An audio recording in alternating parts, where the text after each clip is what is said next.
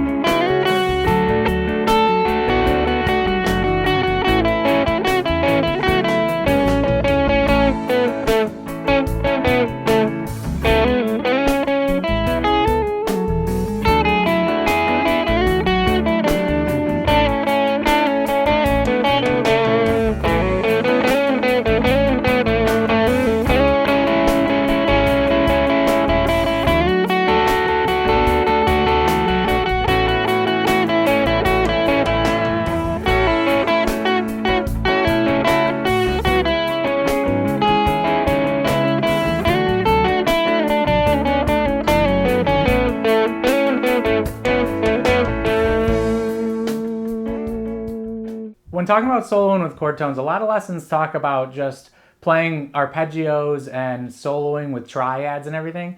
And those ideas work and they're great, but it's a lot more to learn because you need to learn those arpeggio shapes, you need to learn your triad shapes and how to connect your triad shapes with lead lines and everything.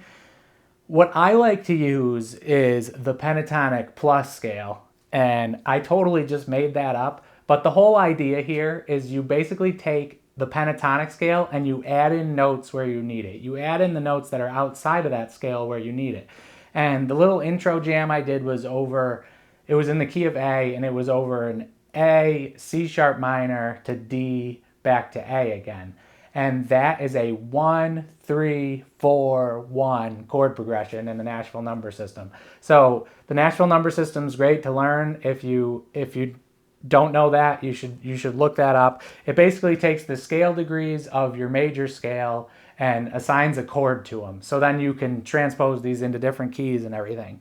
So the idea here is when you have your pentatonic scale, we're in our A major pentatonic scale, you can use that as your base scale. So that's what you're thinking about soloing over, because that's where your fingers are comfortable. Everybody knows the pentatonic scale. And then when you get to a chord that has a chord tone that's outside of the scale, you can add that in. So when you have your A chord,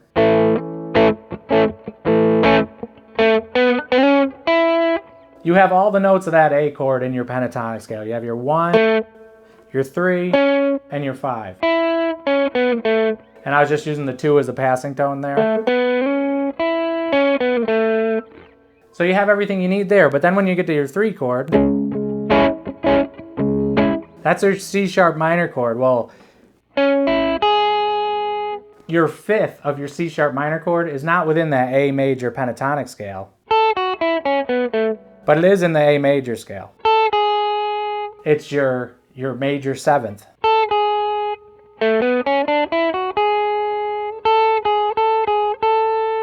So you can add in that 7th over that 3 chord. And you could also add in that 7th over a 5 chord, but there's no 5 chord in this lesson, so we're going to move on. And then when you get to that D chord, which is your 4 chord, well, there's no 4 in a pentatonic scale. But your 4 is always a half step away from your 3. So it's right there on the 3rd fret of your B string.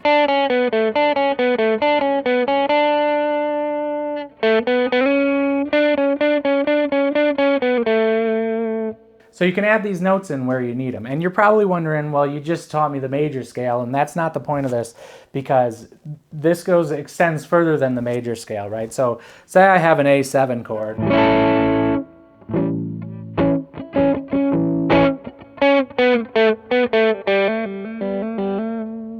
Well, if you have an A7 chord, your G is your 7th of that chord. That 7's not in a major, that's not in a major scale because it's a minor 7. So you could add in that 7 chord here and do the same kind of idea. And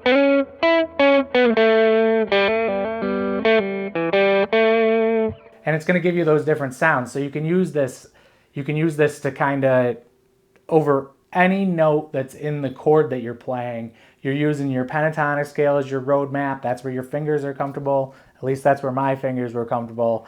I was never comfortable soloing, thinking of a major scale is what I'm running around with. So I stick with the pentatonic scale and I add in notes where I need them. So basically you're back to your A chord and you can add in all the notes that you need. So for an A chord, the little 1, 2, 3 is great. That's a great way to create melodies. And then you're getting to your 3 chord. So get onto your 3.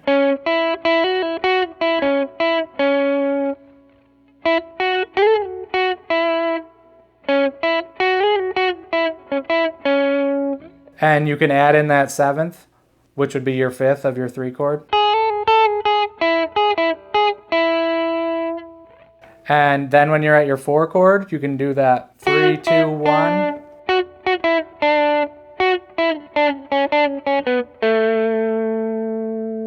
And then you're back at your 1 again.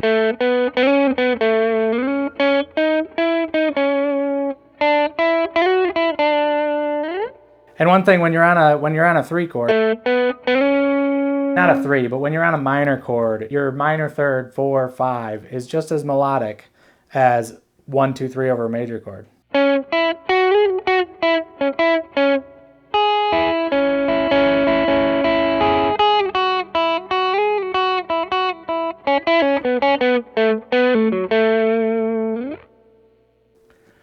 So these are just little tips and tricks, but you basically need to learn those intervals within your pentatonic scale so that you know where you can add in notes. And the great thing about this is that it's all movable. So you can do this in every position of your pentatonic scale.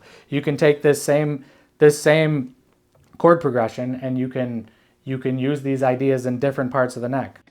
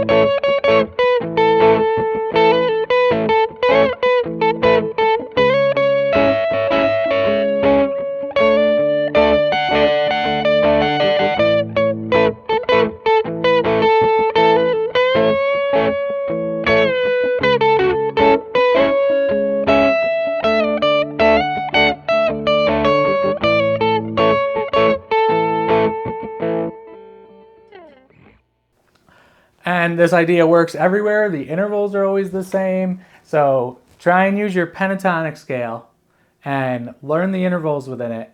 Add notes where you need them. So add your 4 in, add your major 7. If you're playing just dominant 7 chords, add your minor 7th in.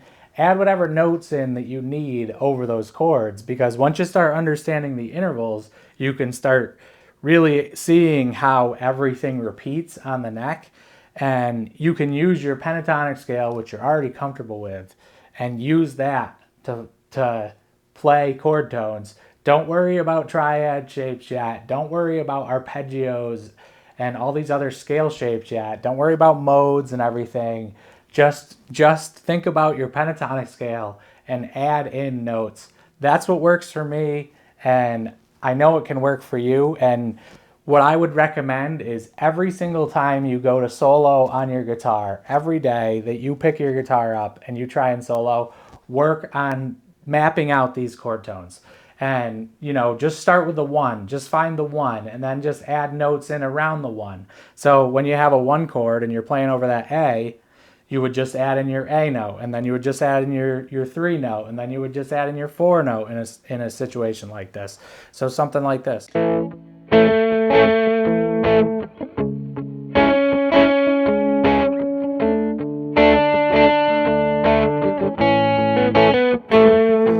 And then start adding in notes around it.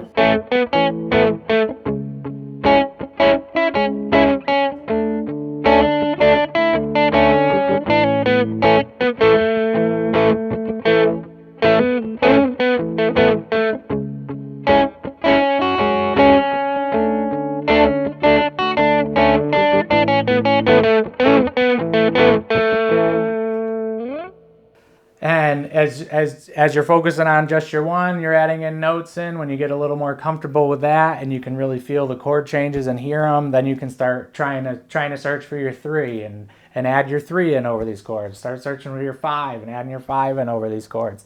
And then it's going to become kind of second nature for you. You're going to feel the chord changes. You're not really going to have to listen for them. You're going to be able to feel it, and you're just going to be able to play a lot more free because you kind of get in that groove of like, you know what the chord progression is, you know where you need to go because you know your intervals. And I hope you like this lesson. Thanks for watching. I'll talk to you soon. On this channel, we like to talk guitar, and we're trying to get better at guitar. So if that's something you're into, please like and subscribe.